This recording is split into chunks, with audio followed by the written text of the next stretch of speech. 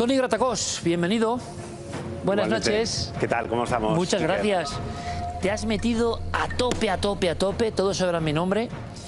En un momento donde el tema México, España, historia y pasado, ¿te imaginabas esto que ha pasado a nivel diplomático? Realmente no, ¿eh? Bueno, sí, lo podíamos imaginar, ¿eh? Sí, desde un tiempo a esta parte, o sea, todo el revisionismo histórico, claro, coincide justo en un momento en el que nadie sabe nada, ¿no? Y entonces es muy fácil. ¿Cómo que nadie sabe nada? ¿Por qué nadie sabe nada, Toni? O sea, realmente, mira, yo creo que uno de los problemas que tenemos nosotros, ya no digo el resto del mundo, digo nosotros los España. que vivimos aquí, es que no conocemos nuestra propia historia, me incluyo, O sea, quiero decir, yo cuando decidí escribir una novela sobre Hernán Cortés, o sea, sobre la conquista y qué ocurrió con el oro, o sea, yo no tenía ni idea de cómo era la figura de Hernán Cortés. ¿Era un dios o era un diablo? Según hablabas con alguien, lo consideraban, oye, el mejor hombre que había pisado la faz de la tierra, o, según con quien hables, oye, el demonio reencarnado. Entonces, tú al final tienes que dejar los prejuicios al lado y decir, oye, vamos a leer y a investigar qué es lo que hizo Hernán Cortés, ¿no? Porque al fin y al cabo, oye, por sus hechos los conoceréis. Y por sus hechos, estos barros de ahora. De alguna manera, Claro. los políticos mexicanos en los últimos tiempos están diciendo que fuimos unos sanguinarios y hay que pedir perdón, ¿no? Efectivamente. Y no solamente los políticos mexicanos. Ya. También aquí. Entonces, oye, yo creo que todo se cura con información. Entonces, en eso, Cortés... Oye, Hernán Cortés quizá fue uno de los primeros conquistadores cuya obsesión era, o sea, el control del relato. O sea, que se conociese lo que él había hecho. Y de hecho, él, que contrariamente a lo que piensa mucha gente, era un letrado. O sea, era un hombre que empezó a estudiar en la Universidad de Salamanca letras. Lo que pasa es que lo dejó y dijo, oye, la manera de conquistar no es aquí estar sentado, sino en vez de coger una pluma, coger la espada. ¿Te has ¿Vale? metido a fondo, Toni, para hacer esta novela? Como ocurre muchas veces, el periodismo o la literatura al final acaba siendo un material de pura investigación. Al final se elige la ficción para poder contar muchas verdades, ¿no? Y antes de entrar en materia y conocer un poco más a Cortés, conocer el tesoro, conocer la noche triste, qué ocurrió, por qué todo esto nos reverbera, ¿qué pretende ese revisionismo, en tu opinión? Es decir, se buscan raíces míticas. Yo estaba en México hace nada y he detectado algunas cosas que antes no había detectado, ¿no? Idealización de muchas cosas y, claro, satanización de un enemigo externo, ¿no? ¿Por qué? Sí. Yo creo que es difícil responder, ¿eh? Yo creo que es un tema, o sea, en la cultura de la polarización en la que vivimos, yo creo que las ideologías, y ya no voy a concretar, no voy a poner apellido a la ideología en este caso, pero hay ideologías que lo que buscan son maneras de enfrentar, ¿no? O de realmente polarizar, porque ¿para qué sacas un tema de estos, no? No tienen, es que no, a la gente cotidiana del día a día realmente no afecta a nuestras vidas, pero si te ponen una carnaza encima de la mesa, tú enseguida tomas parte y decir, oye, pues es verdad, oye, pues no es verdad, ¿no? Yo creo que esa es la estrategia, ¿no? O sea, las ideologías lo que buscan es, oye, centrifugar el espectro público para poner a gente a un lado y la otra al otro lado. También con la conquista, también con esos momentos. ¿Por qué casi en titulares habría que conocer a Hernán Cortés?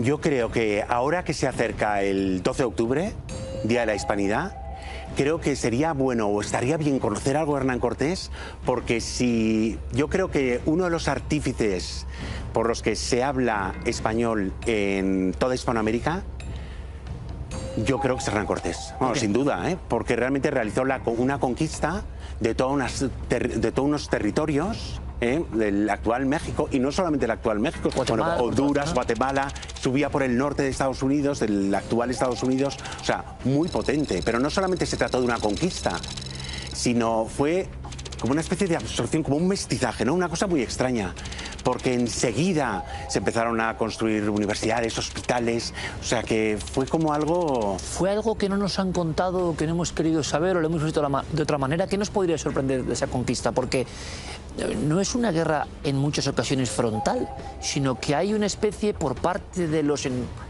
vistos como indígenas mexicanos que se unen un poco a estas posibilidades con Hernán Cortés, ¿no? O sea, no es un enemigo directo. No es un enemigo directo, sino que cuando llega Hernán Cortés lo que se encuentra, ¿sabes? El divide y vencerás. Se encuentra a muchos pueblos que realmente tienen un gran enemigo, que son el Imperio Azteca, que además son los poderosos, son los que llevan dominando a todos los demás pueblos. Y entonces él piensa, oye, si yo me gano a todos estos pueblos, todos juntos podemos acabar con este dominio. ¿Y se los ganó? ¿Era tan inteligente? Y se los ganó, ¿no? O sea, tuvo que derramar sangre, pero se los acabó ganando. Se los acabó ganando, pero es que lo fuerte es que, por ejemplo, sus grandes aliados fue el pueblo Tlaxcalteca.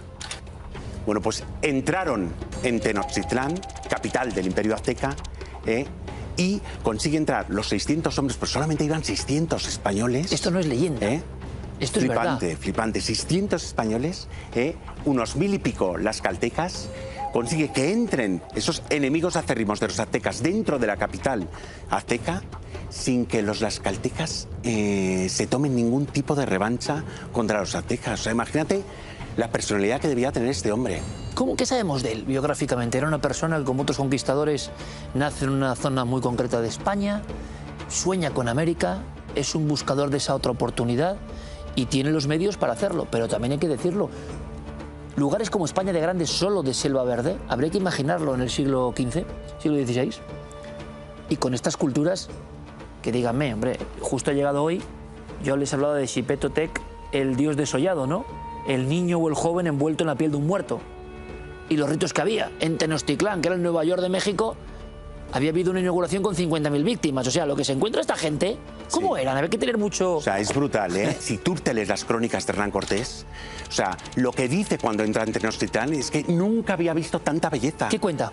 O sea, lo que cuenta es que ni siquiera Venecia, la Venecia europea con sus canales y tal, se asemejaba en nada a Tenochtitlán. Claro, nosotros vamos hoy en día a México, y nos cuesta imaginar cómo podía ser el Tenochtitlán que pisó Hernán Cortés por primera vez, porque te habla de una laguna con islas que era lo que formaba Tenochtitlán. Claro, ahora no hay ninguna laguna, no hay nada.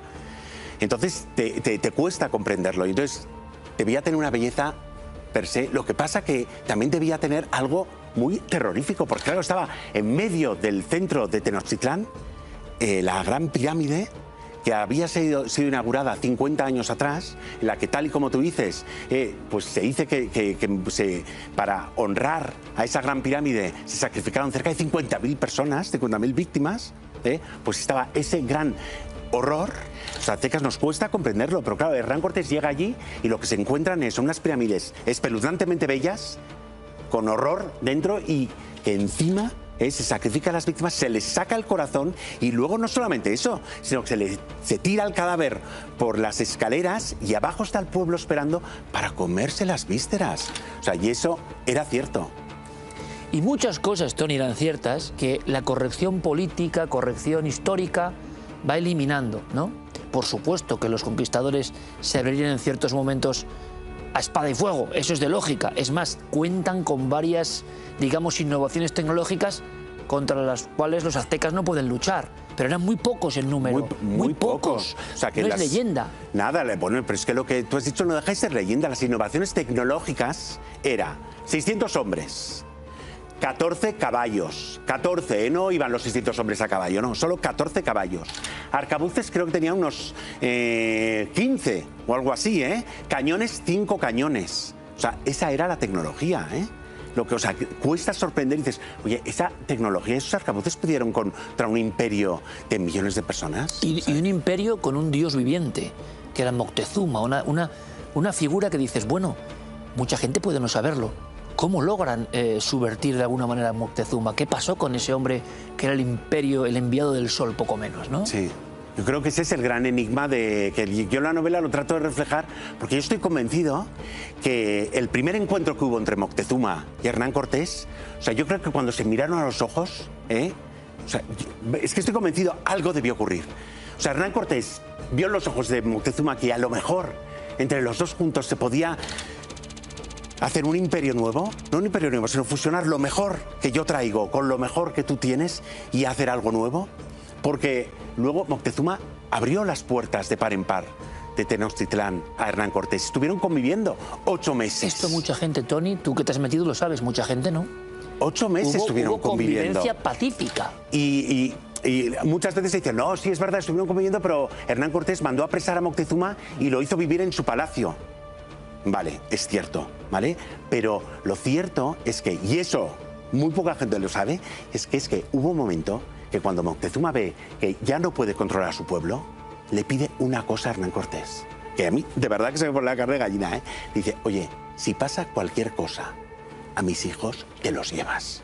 O sea, entonces piensas, pero ¿cómo pudo Moctezuma pedir a su archienemigo que si pasase alguna cosa se llevase a sus hijos y los pusiese a salvo a su enemigo? O sea, ahí es donde dices, oye, hubo algo especial entre estos dos ¿Qué hombres. pasó con Moctezuma? Te lo pregunto desde el punto de vista de que sé que mucha gente no lo sabe. ¿Cómo termina la vida de Moctezuma? La vida de Moctezuma termina muy triste porque es que, claro, llega un momento que demasiado largo, ¿eh? Vamos al detalle. Llega un momento que se subleva al pueblo azteca y entonces Hernán Cortés no sabe lo que hacer, están encerrados en el palacio, no saben qué hacer y dice, oye, mira, el Latoani, que es como se les llamaba a Moctezuma, a los emperadores, vamos a sacarlo a la terraza del palacio y desde allí que hable y aplaque a sus huestes. Y entonces sacan a Moctezuma por la terraza para que Moctezuma se ponga a hablar. Entonces ya entra mi imaginación de novelista, pero los hechos son los hechos. Es que Moctezuma acaba recibiendo una pedrada en la sien y muere allí sobre la terraza. Según qué libro leas, hay gente que dice que no, que lo mataron los españoles. Pero la realidad del asunto es que quien mató a Moctezuma no fueron los españoles, sino que fue las huestes encolerizadas de los aztecas, de su pueblo, que no estaban dispuestos a seguir excusando a Moctezuma. Hasta la historia de la muerte del emperador azteca más importante de la humanidad está envuelta en divisiones, ¿no? Según lo que veas. Claro, como no tenemos el vídeo del momento, pues no sabemos, pero la realidad es esa, ¿eh? ¿Qué es la noche triste de esa gran urbe increíble? Lo que ocurre entonces es, claro, una vez muerto Moctezuma, Hernán Cortés piensa, oye, de aquí no salimos vivos. O sea, tenemos que salir a escondidas. Porque ellos eran muchos más. Claro, porque ellos eran, más o menos, pongamos, unos 1000 españoles. Antes he dicho que eran 600 españoles, y es verdad, eran 600, pero luego vino una expedición, oye, que no da el caso ahora contarlo, y suman más hombres blancos a las filas de Hernán Cortés. Así que podemos hablar de 1000 personas, 1000 hombres, 1000 castellanos, 1000 de la península, y luego otros 1000 las caltecas. Ponte 2000 personas. ¿Sí? Entonces, tienen que salir a hurtadillas de una ciudad que comunica con tierra firme a través de puentes, porque es como Venecia. Y entonces lo que hacen los aztecas es levantar los puentes para que los españoles no salgan. Y entonces Hernán Cortés lo que manda es construir unos puentes de madera que sean móviles para de noche, aprovechando la oscuridad de la noche y la llovizna, puedan salir el grupo de 2000 personas... Colocando el puente móvil. Colocando el puente móvil. Es que cuesta imaginar y dices, pero venga, hombre, ¿qué me estás contando? Que lo hicieron así. Pero claro, es impepinable que es que al final no podían pasar desapercibidos. O sea, 2000 personas, puentes móviles, en la oscuridad de la noche, no pasas desapercibido. Y además a eso hay que añadirle el famoso tesoro de Llevan algo, Cortés. Tony. Yo he comentado algo en la introducción. Hernán Cortés, que es otra de las cuestiones que incluso algunos mexicanos... digamos que reprenden España, llevan un tesoro. Un tesoro que a veces fundían su material, otras veces... ¿Qué sabemos del famoso tesoro maldito de Hernán Cortés? O sea, de ese tesoro, vamos a ver, cuando Hernán Cortés llega y se instala en Tenochtitlán 8 meses de convivencia con Moctezuma, durante esos 8 meses envía a sus capitanes, oye, para indagar dónde puede haber oro, etcétera. Y va recabando oro. Entonces, por un lado, lo que hace es todo lo que sean bagatelas que no valgan la pena estéticamente, las manda a fundir en lingotes de oro. Y lo que es bonito o bello, lo que él considera que no puede quemar al fuego porque habla demasiado bien de la cultura que acaba de encontrarse, lo guarda aparte. Pero claro, cuando llega la noche triste y se tienen que ir, tanto los tesoros como los 300 kilos de oro que han amasado se los tienen que llevar. Entonces la leyenda oficial habla de que esa noche iban, claro, imaginémoslo, o sea, sobre el camino de Tacuba, que era el que te separaba a tierra, te llevaba a tierra firme, con el puente levantado y 2000 personas, con el puente a cuestas, más 300 kilos de oro. O sea, llega un momento, ¿qué ocurrió con el oro? Pues que se cayó por la laguna. Y ahí, es una de las versiones, ¿no? Esa es pero es la versión más extendida. Es más, Tony, si no tengo mal entendido, durante muchos años, hasta bien entrados los años 80, hay personas que han encontrado pequeñas pistas, algún lingote esquirlas, de oro, sí, y sí, piensan sí. que es de ese Claro, tesoro, ¿no? Ese mito, ¿verdad?, se ha mantenido vivo en el pueblo mexicano, ¿no? Sí.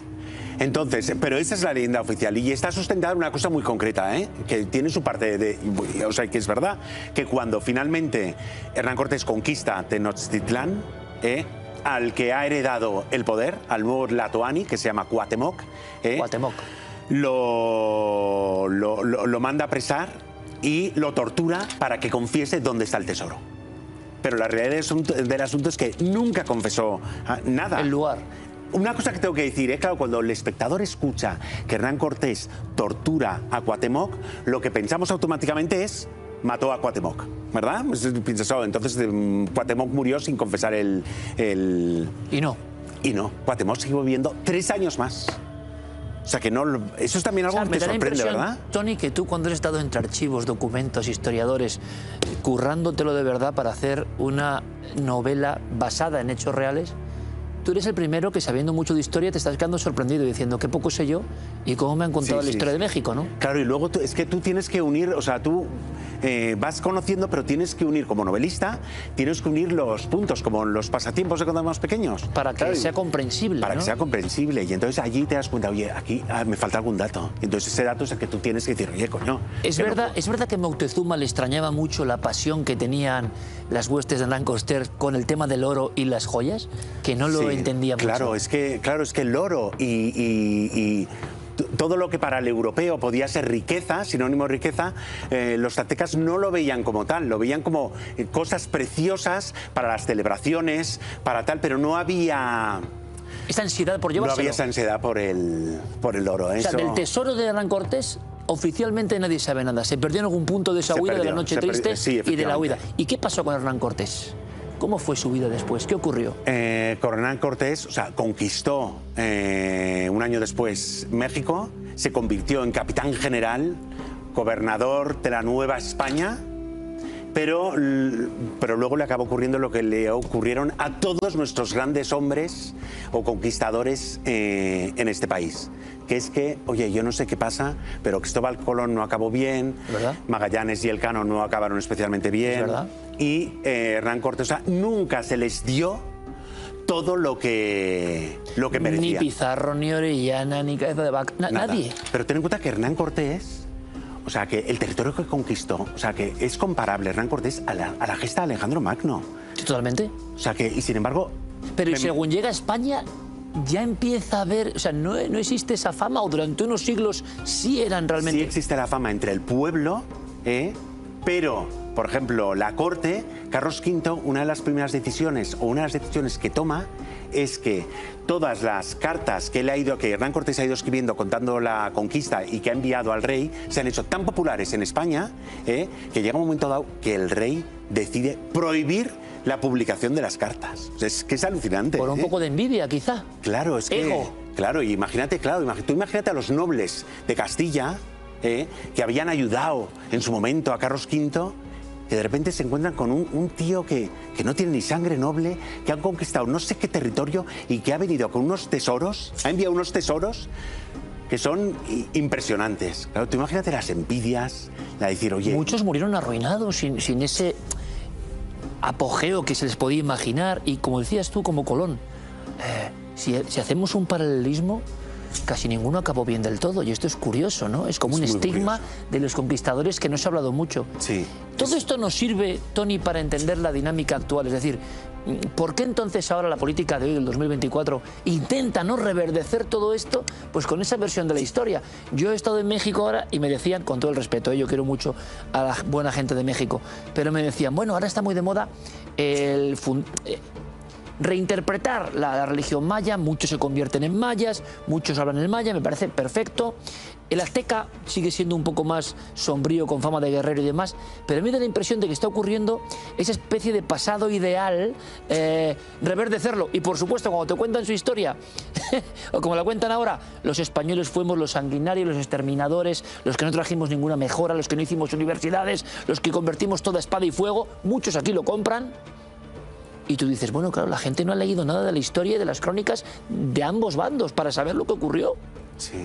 No, es muy triste, ¿eh?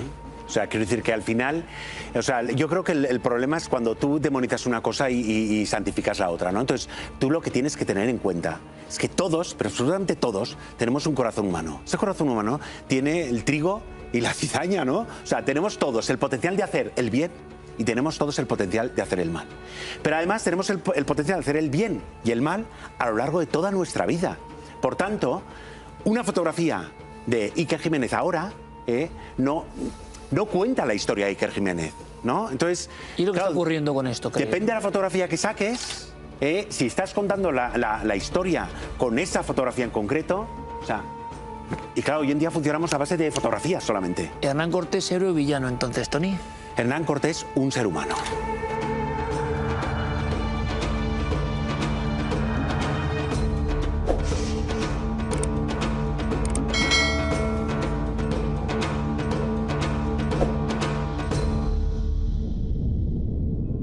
Muchas gracias, Tony. De verdad. A ti por invitarme. Muchas gracias. Bueno, pues ahora